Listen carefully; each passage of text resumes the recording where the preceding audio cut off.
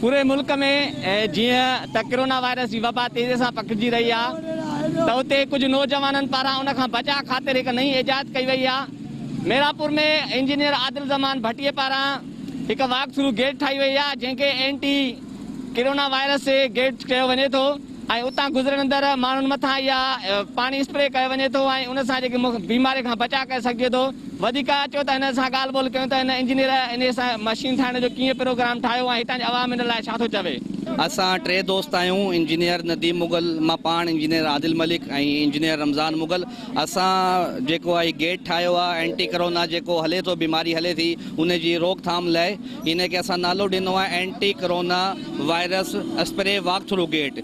त असां मेरापुर वारनि खे अपील था कयूं जेको बि गुज़रे हितां इन जे अंदरां गुज़रे त इन ते स्प्रे थींदी। इन में स्प्रे में असां डिटोल, स्प्रिट, अर्के गुलाब ऐं क्लोरीन जो इस्तेमालु कयूं था ऐं शहर वारनि खे अपील था कयूं त इन मां गुज़रनि त उन्हनि ते जेकी फुहार थींदी इन सां ज़रूरु इनशाला तव्हांखे फ़ाइदो थींदो।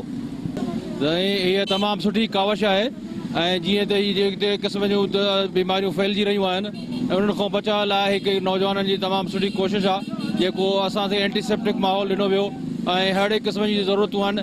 असां त चवंदासीं त तक़रीबन हर शहरनि में इहा हुअणु घुरिजे ऐं हिननि नौजवाननि खे चवंदासीं थी सघे थो ही पंहिंजो जेको आहे हिन सुठे कम खे एक्सटेंड कनि ॿियनि शहरनि ताईं। हिन में ॾाढी सुठी ॻाल्हि आहे जो माण्हू बिल्कुलु हिकिड़ो एंटीसेप्टिक माहौल में रहे थो ऐं ॾाढी तमामु सुठी कोशिशि आहे। जे बारे में मां इहो चवणु चाहींदुमि त गेट माशाल्लाह इहो जेको पब्लिक असांजे आदिल भट्टी साहब ऐं ॿिया टे इंजीनियर जेको आहे हिनखे गॾिजी करे हिनखे ठाहे विया आहिनि। ठीकु आहे, इन इक़दामात खे करे गवर्नमेंट खे इहो ठाहिणु खपे आहे पर असांजी पंहिंजी पर्सनल पब्लिक पई थी ठाहे।